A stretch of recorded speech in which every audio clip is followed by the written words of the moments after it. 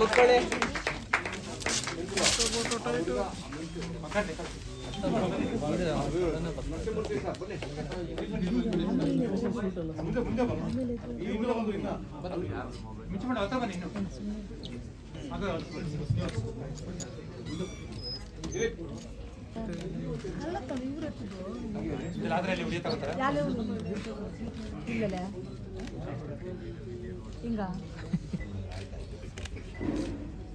ದಿನನಿತ್ಯ ಒತ್ತಡದ ಜೀವನದಲ್ಲಿ 24x7 ನಾವೇನು ಬದುಕ್ತಾ ಇದ್ದೀವಿ ಅಂತ ಸ್ಟ್ರೆಸ್ಸನ್ನು ಕಡಿಮೆ ಮಾಡಿಕೊಳ್ಳಿಕ್ಕೆ ಒಂದಷ್ಟು ಹಾಸ್ಯ ಕಾರ್ಯಕ್ರಮಗಳು ಇವತ್ತು ಟಿವಿಗಳಲ್ಲಿ ನಾವು ನೋಡ್ತಾ ಇರ್ತೀವಿ. ಆದರೆ ಈ ಒಂದು ಕಾರ್ಯಕ್ರಮಕ್ಕೆ ವೇದಿಕೆಯಲ್ಲಿ ಆಸೀನರಾಗಿರತಕ್ಕಂಥ ಎಲ್ಲ ಗಣ್ಯರೇ ಮತ್ತು ಮಹಾ ಈ ಒಂದು ಯೂಟ್ಯೂಬ್ನ ಕಿಲಾಡಿಗಳ ತಂಡದ ಎಲ್ಲ ಕಲಾವಿದರೇ, ಮಾಧ್ಯಮದ ಸ್ನೇಹಿತರೆ ಮತ್ತು ಶ್ರೀಕಾಂತ್ ಅವರೇ, ನರಸಿಂಹಮೂರ್ತಿರವರೇ ಮತ್ತು ನಮ್ಮ ರಾಘವೇಂದ್ರ ಭಟ್ರವರೇ ಮತ್ತು ಮಿಂಚು ಅವರೇ ಮತ್ತು ದಿಲೀಪ್ ರವರೇ ಮತ್ತು ಇಲ್ಲಿ ನೆರೆದಿರ್ತಕ್ಕಂಥ ಎಲ್ಲ ಕಲಾಭಿಮಾನಿಗಳೇ, ನನಗೆ ಇವರು ಇನ್ವಿಟೇಷನ್ ಕೊಡ್ಲಿಕ್ಕೆ ಮಿಂಚು ಮತ್ತು ಅವರ ತಂಡದವರು ಬಂದಿದ್ರು. ಇದು ಯಾವ ಟಿವಿಯಲ್ಲಿ ಪ್ರಸಾರ ಆಗುತ್ತೆ ಅಂತ ಕೇಳಿದೆ ನಾನು. ಸರ್, ಇದು ಟಿವಿಯಲ್ಲಿ ಬರೋದಿಲ್ಲ, ಇದು ಯೂಟ್ಯೂಬ್ ಅಲ್ಲಿ ಮಾಡ್ತಾ ಇದ್ದೀವಿ, ಯೂಟ್ಯೂಬ್ ಅಲ್ಲಿ ರಿಯಾಲಿಟಿ ಶೋ ತರನೇ ಮಾಡ್ತಾ ಇದೀವಿ ಅಂತ ಹೇಳಿದ್ರು.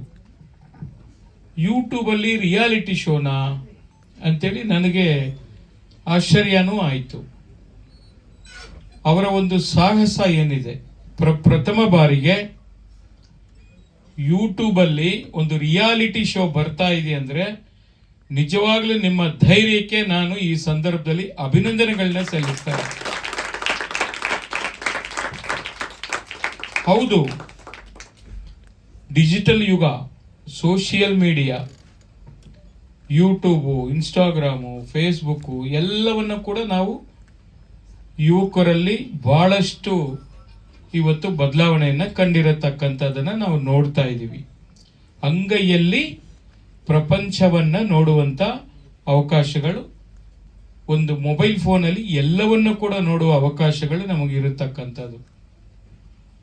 ಇಂಥ ಡಿಜಿಟಲ್ ಯುಗದಲ್ಲಿ ಇವತ್ತು ದಿಲೀಪು ಮತ್ತು ಅವರ ತಂಡದವರು ಬಹುಶಃ ನಮ್ಮ ಕನ್ನಡ ಚಿತ್ರರಂಗಕ್ಕೆ, ಕನ್ನಡದ ಇಂಡಸ್ಟ್ರಿಗೆ ಇದು ಒಂದು ಹೊಸ ಸಾಹಸ ಅಂತ ಹೇಳಿದ್ರೆ ತಪ್ಪಾಗಲಾರದು. ಬಹುಶಃ ಹಾಸ್ಯ ಅನ್ನೋದು ಎಲ್ಲರ ಜೀವನಕ್ಕೆ ಒಂದು ಪಾರ್ಟ್ ಆಫ್ ದಿ ಲೈಫ್, ಅದು ಕೂಡ ಒಂದು ಅಂಗ ಜೀವನದಲ್ಲಿ, ಅದು ಖಂಡಿತ ಬೇಕೇ ಬೇಕು. ಅದು ಆ ಹಾಸ್ಯ ಮಾಡುವಂತ ಕಲಾವಿದರು ವಿಶೇಷವಾಗಿ ಅವ್ರಿಗೆ ಭಗವಂತನ ಆಶೀರ್ವಾದ ಖಂಡಿತ ಇದೆ ಅಂತೇಳಿ ನಾನಂತ ಭಾವಿಸಿದ್ದೀನಿ. ಟೆಲಿಕಾಂ ಎಂಪ್ಲಾಯೀಸ್ ಹೌಸಿಂಗ್ ವೆಲ್ಫೇರ್ ಟ್ರಸ್ಟ್ನ ಪ್ರೆಸಿಡೆಂಟ್ ಆಗಿ ಹಾಗೂ ಒಂದು ಟೆಲಿಕಾಂ ಜನಸೇವಾ ಚಾರಿಟಬಲ್ ಟ್ರಸ್ಟ್ನ ಪ್ರೆಸಿಡೆಂಟು ಕೂಡ, ಜೊತೆಗೆ ಒಬ್ಬ ಸಿನಿಮಾ ಪ್ರೊಡ್ಯೂಸರು, ಆ್ಯಕ್ಟರು, ಕಥೆಗಾರ. ಮೊನ್ನೆನೇ ಎಲ್ಲ ಮಾಧ್ಯಮದವರೆಲ್ಲ ಬಂದಿದ್ದಾರೆ. ನಾನು ಏನೋ ಒಂದು ಸಾಯಿ ಪ್ರಕಾಶ್ ಹಾಕ್ಕೊಂಡು ನಿರ್ದೇಶನದಲ್ಲಿ ಒಂದು ಕಾಮನ್ ಮ್ಯಾನ್ ಅನ್ನೋದು ಚಿತ್ರನ ನಿರ್ಮಾಣ ಮಾಡಿದ್ದೀನಿ. ಇವತ್ತು ಈ ವೇದಿಕೆಯಲ್ಲಿರುತ್ತ ಗಣ್ಯರಿಗೆ ನನ್ನ ನಮಸ್ಕಾರನ ಹೇಳ್ತಾ, ನನಗೆ ಇವರು ಮಿಂಚೂರು ಮತ್ತು ನಮ್ಮ